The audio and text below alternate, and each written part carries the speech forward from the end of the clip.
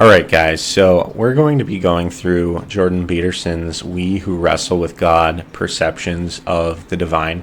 And this will probably be the only time in the series that I talk about myself, but I just want to talk about why I think I'm qualified to go through this with you guys. So I've read a lot of Jordan Peterson's work. I've read a lot of the books that he's recommended. I think I have a good idea of where he's coming from. I also just wrapped up my bachelor's in psychology as well as theology, and I also am going to pursue my master's in psychology. So a lot of the references that Jordan Peterson makes and a lot of the thinkers that he talks about, I've read. And so if that's something you're interested in, and if you want to go through this journey with me, please do subscribe and just keep up with me. I'll make sure to try and answer your guys' questions here. So I'm just going to jump right into it. Jordan Peterson talks in the beginning of his book of God as a creative spirit. And so Peterson associates God's hovering over the water and in the void with chaos and opportunities that humans may face with consciousness. So God establishes order, and consciousness turns chaos into order. And Jordan Peterson, much like one of his role models, Carl Jung, looks at religious stories through a psychological lens. And so while he may or may not think they are true, he does believe that they elucidate true ideas. So he views it as a play and not a science book. He may not think everything in the book of Genesis happened exactly how it happened, or possibly anything in the book of Genesis, right? But he does believe that there is a truth that sort of transcends the story in a way that, like, is Santa true? No. But he also gets kids to behave all the time, right? So there's a consequence to that belief that manifests itself in the everyday world that is true. And so I'm not saying that Jordan Peterson doesn't believe in God, but he treats these stories as sort of a psychological manifestation of truth that is in a story. And so the next point here is God is moving, and he confronts chaos and the unknown. And as he does so, he engenders opposites, light and dark, earth and water. And so I want to talk a little bit about why Jordan Peterson says that, what his meaning is. So Jordan Peterson and Carl Jung also talk about the engendering of opposites. There's actually a word for it. I don't remember what it is off the top of my head. It'll probably come to me. But this sort of yin and yang idea where there's balance and harmony in bringing things together that normally would not be brought together, right? So we look at Jordan Peterson's first book, 12 Rules for Life, very light cover. We look at his second book, very dark. And I almost wonder if he's purposely going for like a yin and yang sort of engendering of opposites. And that's something that Carl Jung, again, is very much known for and known to talk about. So creation in the biblical corpus in Genesis culminates in the making of man and women, the first human beings. And they are the two avatars of God himself, according to Peterson, charged with forever reiterating the creative process.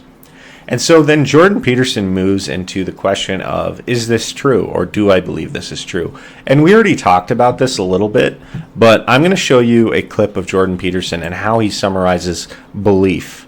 Like, if something's true, do you believe it? And here's how Jordan Peterson is going to treat that question. Is what you believe what you say, or what you act out? Now, I would say to some degree it's both, but if push comes to shove, as far as I'm concerned, what you believe is what you act out, not what you say.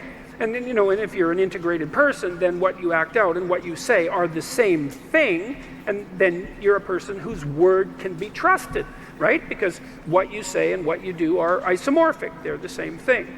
But belief is instantiated in action. So I have also...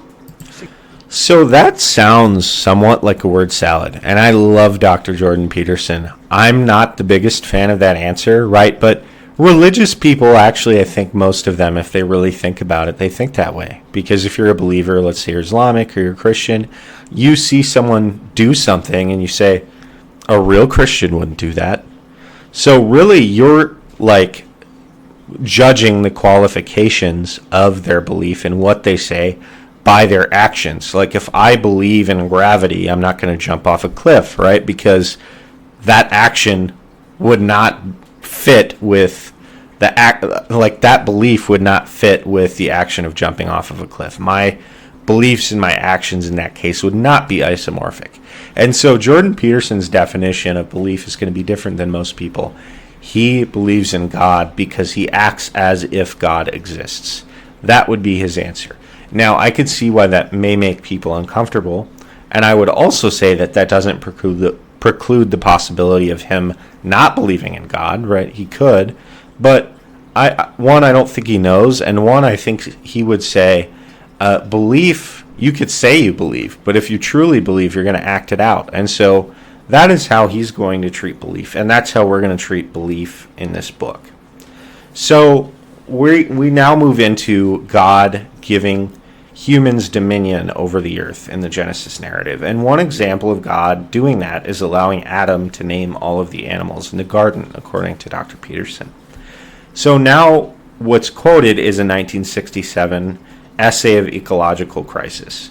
And in it, there is a critic of Christianity who hates that man was given dominion over the earth because of all of the things we've done to it. I mean, the sort of like global warming, climate change idea that humans have just mistreated the earth. And while I do think that there's a point to be made there, Dr. Peterson asks, one, why blame Christianity for that? I mean, actually, this was written before Christianity. And two, why, like, what's the alternative? Are we going to place, in Jordan Peterson's words, vermins and roaches above people? Like, it almost has a sort of anti-human sentiment. And Jordan Peterson has talked about that in other places. He also talks about the fact that land and animals both receive Sabbath rest. So every 7 years in the Jewish corpus, you just kind of let the land rest from being harvested, and cattle, for example, are not worked on Sundays. And so subdue, in Dr. Peterson's mind, does not mean to dominate, but to put everything in its proper place, to order everything hierarchically, to eliminate disorder.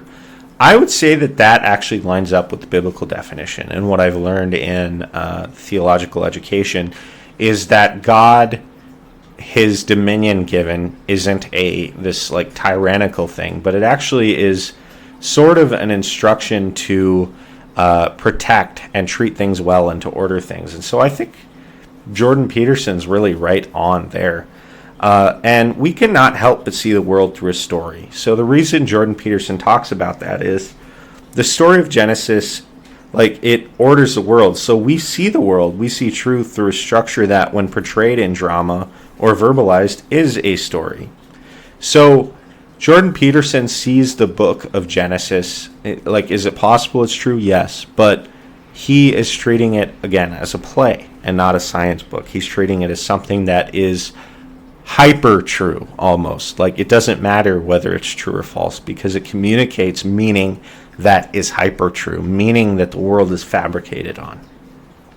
So God as creator produces life, and that is why anything that runs counter to life or leads towards death ultimately leads away from truth.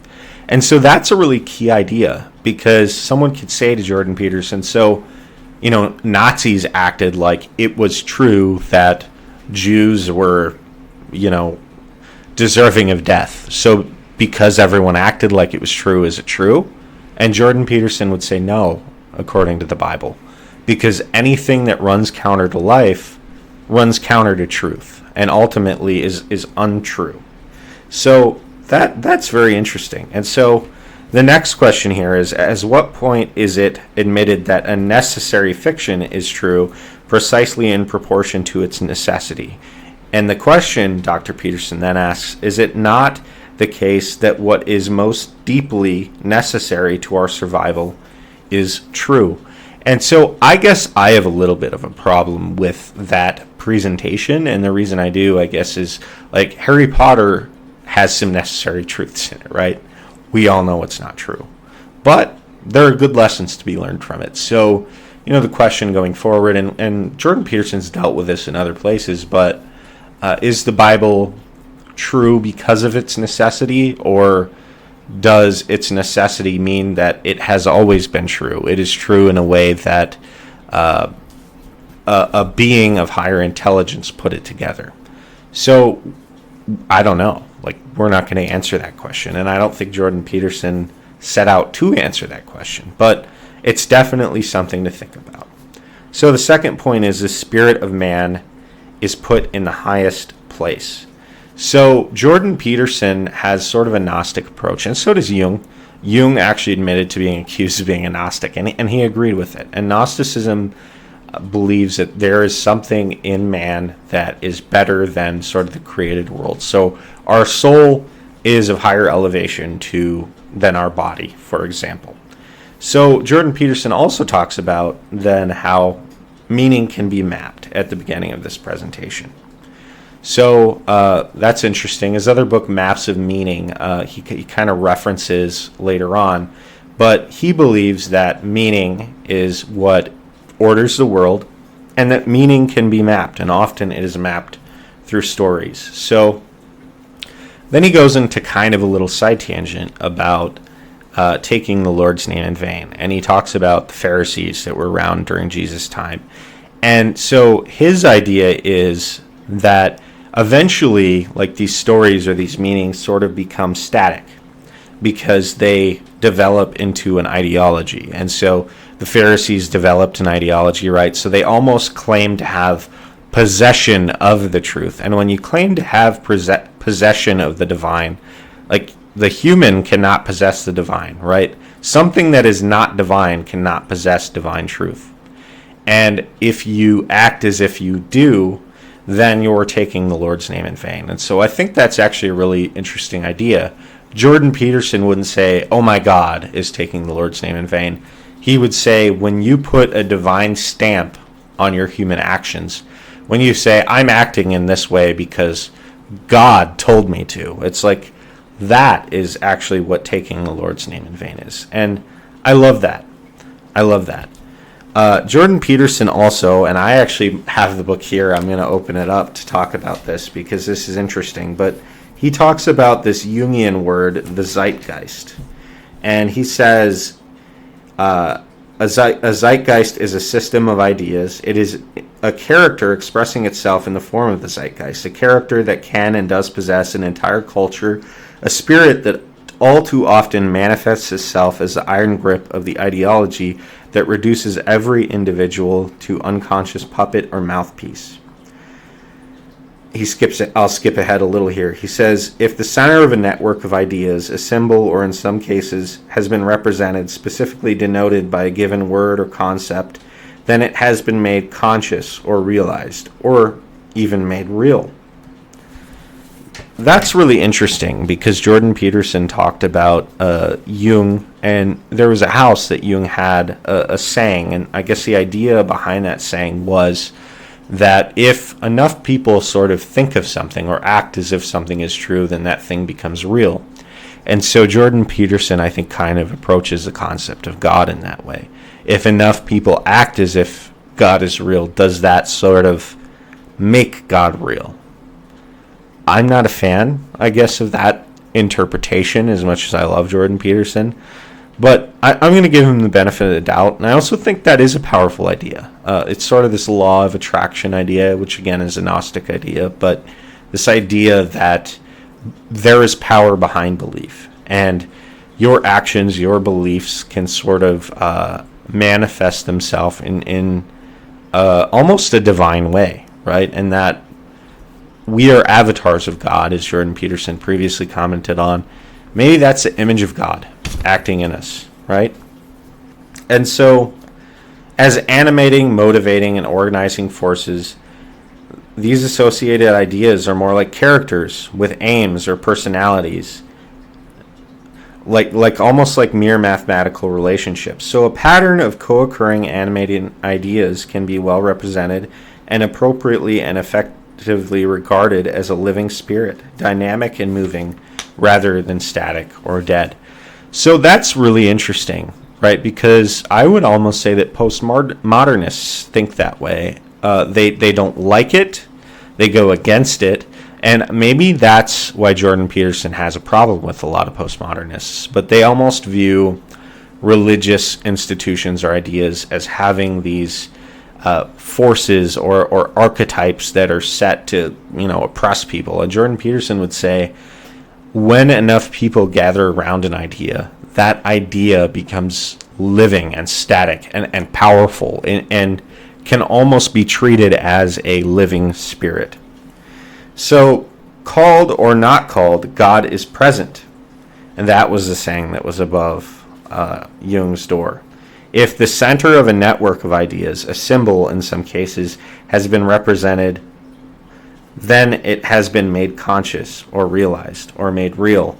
Similarly, if that center once existed and has been carelessly forgotten or explicitly rejected, then it is abandoned or dead. And so that actually moves Dr. Jordan Peterson into Nietzsche's proclamation of God being dead, which that's an interesting idea, right? Because if, like the Renaissance, for example, or this combustioning of ideas where we try to rationalize away God leads us away from like the religious ethos, does that mean that God like discontinues to exist? In a way, Dr. Peterson would argue, kind of, right? We look at like Greek gods that millions of people believed in then, and coming from a Christian background, I do believe in God, but so many people believed it, and with the loss of belief came the loss of, not just the loss of belief, but the dying of a culture, right? The dying of these gods in our popular minds. Like, does anyone now believe that Zeus exists? No. And I think a lot of religious people might have a problem with that because they do believe that Jesus Christ, for example, existed, came to earth. And so I guess that's, a question that we'll all have to keep in mind. Lastly, and we're going to do a part 2, chapter 1 is pretty long, but Dr. Peterson defines a leader as someone who gazes into the abyss. And so he would define that as like Nietzsche or a Pinocchio. And so I'm going to play this clip one more time to kind of show you what he means by that. I think that's a very powerful idea. And so God is a leader. God gazes into the abyss. God moves into the unknown and he elucidates value from it. And I think Jordan Peterson would say that is what we should all strive to do. So here's that clip for you. Battle not with monsters, lest ye become a monster. Yeah. And if you gaze into the abyss gazes also into you. Right. But I would say, bring it on, knowing that he's absolutely right. But if you gaze into the abyss long enough, you see the light, not the darkness. Are you sure about that? I'm betting my life on it. Yeah, it's a heck of a bet. Well, that's... Because it might distort your mind to where all you see... is abyss. Is abyss. Yeah. Is the evil in this world. Well, then I would say you haven't looked long enough. Battle. So what I've noticed with Jordan Peterson is a lot of the things he says are not just things he says. He follows a sort of tradition, a continuum of the great thinkers that came before him. And so we've explored Jung, we've explored Nietzsche. This will be part 1. I'll wrap up chapter 2 and have that posted within the next couple of days. But just, I guess, keep that all in mind as you go out into the world. Do not be afraid to look and seek out your dreams in places that seem dark and things that seem scary. Confront your your fears, because a lot of times that is where you get the most value from. So I'll leave you all with that today. If you enjoyed the content, please do remember to subscribe. I'll be posting videos quite frequently. Thank you.